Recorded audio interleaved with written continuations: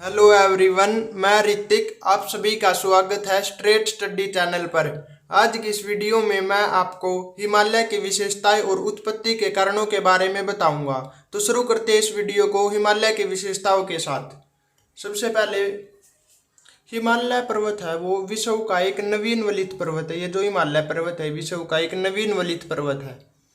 हिमालय पर्वत पूर्व से पश्चिम दिशा में विस्तृत दुनिया का सबसे लंबा पर्वत है।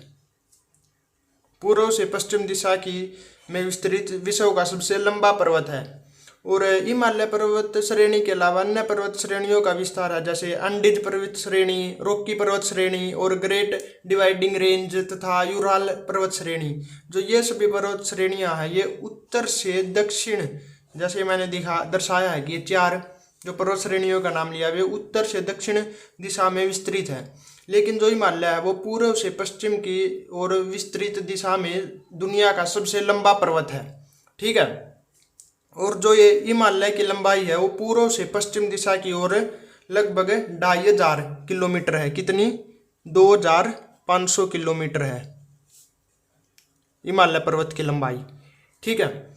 हिमालय पर्वत है जो पश्चिम में यहाँ पर है जम्मू कश्मीर, पश्चिम में जम्मू कश्मीर राज्य में नंगा पर्वत से लेकर पूर्व में अरुणाचल प्रदेश के उत्तर में यहाँ पर है अरुणाचल प्रदेश, और इसके उत्तर में तिब्बत का पठार है चीन में, जो तिब्बत में एक नामचा प्रभा पर्वत श्रेणी तक विस्तृत है।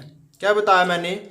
जो हिमालय पर्वत है वो पश्चिम में जम्मू कश्मीर राज्य में नंगा पर्वत और भारत के पूर्व में अरुणाचल प्रदेश के उत्तर दिशा में तिब्बत के पठार पर एक नामचा प्रभा पर्वत श्रेणी तक विस्तृत है।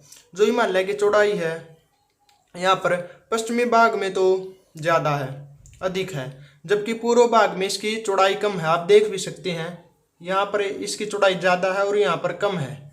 तो ये पूर्व दिशा में जो हिमालय पर्वत है वो संकरा हो गया है। ठीक है।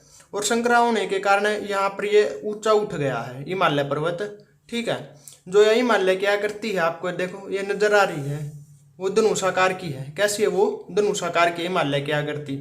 और जो हिमालय का टोटल क्षेत्रफल है वो 5 लाख वर्ग किलोमीटर है। ठीक है। हिमालय पर्वत के उत्तर में जो हिमालय पर्वत है इसके उत्तर में तिब्बत का पठार है और उसके उत्तर में क्यूनलिन पर्वत श्रेणी है।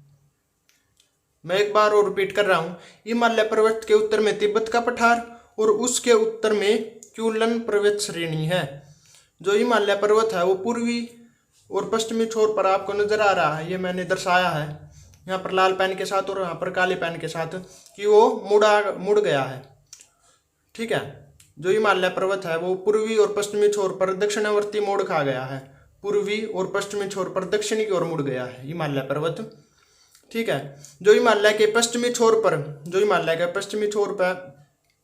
दक्षिणवर्ती मोड़ है वो पाकिस्तान में किस नाम से जाना जाता है? सुलेमान पर्वत के नाम से। पाकिस्तान में से सुलेमान पर्वत। ठीक है। और अफगानिस्तान में से हिंदुकश के नाम से जाना जाता है। और यहाँ पर अफगानिस्तान है, इसमें इसको हिंदुकश के नाम से जाना जाता है। ठीक है। मैंने क्या बताया आपको कि जो हिमालय पर्वत है वो पूर्वी और पश्चिमी दिशा में दक्षिण की ओर मुड़ गया है। तो जो पश्चिम दिशा में इसमें हिमालय को पाकिस्तान में सुलेमान कहते हैं और अफगानिस्तान में हिंदुकश के नाम से जाना जाता है। ठीक है। और जो हिमालय का पूर्वी छोर है वो तो भारत में आता है। तो भारत में इसको अलग अलग राज्य में अलग अलग नाम से जाना जाता है। आप इसको नोट कर लो, ये बहुत जरूरी है। ठीक है। अरुणाचल प्रदेश में तो इसको पटगोई गुम के नाम से जाना जाता है। यहाँ पर अरुणाचल प्रदेश है हिमालय के यहाँ पर जो दक्षिण की ओर मुड़ गया है, पटगोई गुम के नाम से जाना जाता है अरुणाचल प्रदेश में।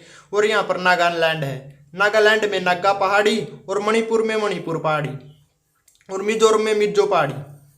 ठीक है। मैं एक बार और रिपीट कर देता हूँ।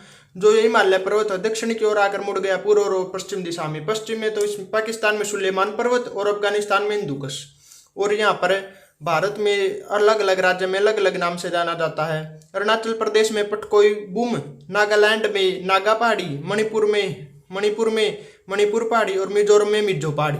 ठीक है।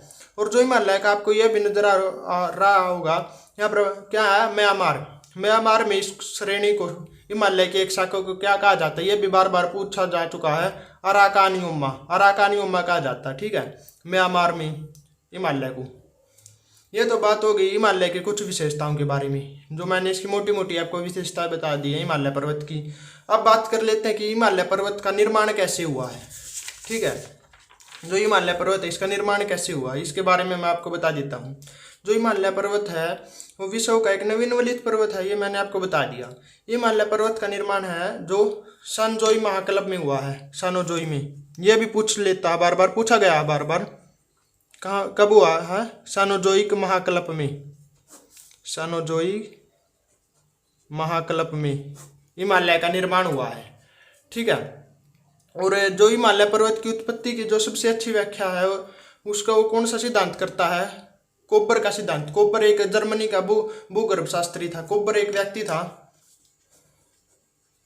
कोपर जर्मनी का एक भूगर्भ शास्त्री था। वो हिमालय, उसका सिद्धांत हिमालय की उत्पत्ति का में बहुत ही महत्वपूर्ण है, और वो सबसे अच्छी व्याख्या करता है हिमालय की उत्पत्ति की।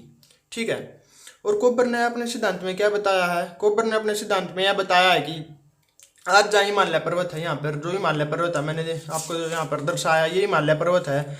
वहाँ पर पहले एक टेथिस नाम का सागर था। क्या था, टेथिस सागर था।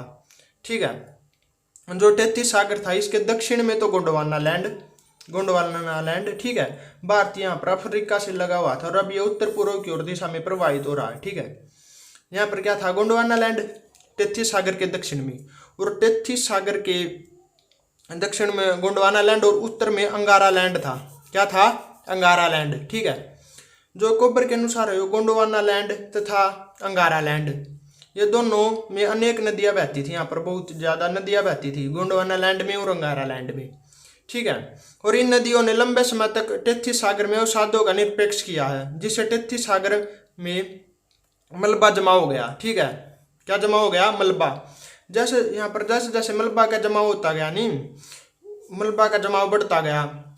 ठीक है, इसमें क्या, और दबाव भी बढ़ता गया। मलबा बढ़ा तो उसमें दबाव भी बढ़ गया, और टेथिस में अवतलन होने लगा। क्या होने लगा, अवतलन। और इसके साथ साथ यहाँ अवसादी मलबे का भी जमाव बढ़ता गया। जो नदी यहाँ पर लेके आ रही थी वहाँ पर अवसादों का भी दबाव बढ़ता गया। ठीक है, और कोपर के अनुसार कुछ समय बाद यहाँ पर अवतलन होने से टेथिस सागर सिकुड़ने लगा, जिसकी चौड़ाई घटने लगी। ठीक है, शुरू में तो ये ऐसा था, फिर इसकी चौड़ाई घटने लगी और ये लंबाई बढ़ने लगी। ठीक है, जब लंबाई बढ़ती है तो चौड़ाई घट जाती है, ये ऐसे दर्शाया मैंने।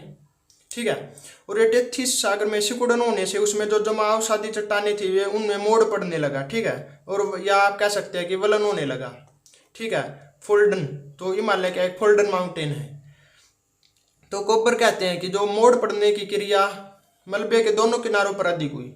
यहाँ पर ये मोड़ पड़ गया, इनकी ये कोपर के अनुसार, कोपर ने क्या कहा कि किनारों पर ये मोड़ पड़ने की क्रियाएं ज़्यादा हुई है, मैंने आपको दर्शाया है। ठीक है, अधिक हुई तो बीच का भाग समतल हो गया। ठीक है, समतल हो गया है बीच का भाग, तो इसको यहाँ पर इसको तो कहते हैं हिमालय पर्वत, और जो ये समतल भाग इसको कहते हैं तिब्बत का पठार, और इसको कहते हैं क्यूलोन पर्वत। क्या कहते हैं इसको, क्यूलोन पर्वत। ये मैंने आपको बताया है था कि यहाँ पर क्या है, हिमालय पर्वत, यहाँ पर तिब्बत का पठार, और यहाँ पर क्यूलोन पर्वत। तो ये सिद्धांत भी ऐसे बताता है कि यहाँ पर है तो हिमालय पर्वत, जो समतल भाग है वो तिब्बत का पठार, ये क्यूलोन पर्वत है। यहाँ पर किसका निर्माण हुआ, हिमालय पर्वत का। यहाँ पर समतल भाग है वो है तिब्बत का पठार, यहाँ पर है क्यूलोन पर्वत। ठीक है, हिमालय की उत्पत्ति के में दो सिद्धांत महत्वपूर्ण है। एक तो मैंने आपको बता दिया कोपर का सिद्धांत, एक है हैरी-हेस का सिद्धांत, प्लेट टेक्टोनिक थ्योरी। ठीक है, उसका विवर्तनी, प्लेट विवर्तनी सिद्धांत भी कहते हैं, उसको मैं अपनी नेक्स्ट वीडियो में बताऊंगा। इस वीडियो में मैंने आपको एक कोपर का सिद्धांत बता दिया जो काफी महत्वपूर्ण, और हिमालय की कुछ मोटी मोटी विशेषताएं बता दी। अगर आपको कुछ डाउट हो तो कमेंट सेक्शन में आप पूछ सकते हैं, मैं उसका जवाब दूंगा। Thanks for watching.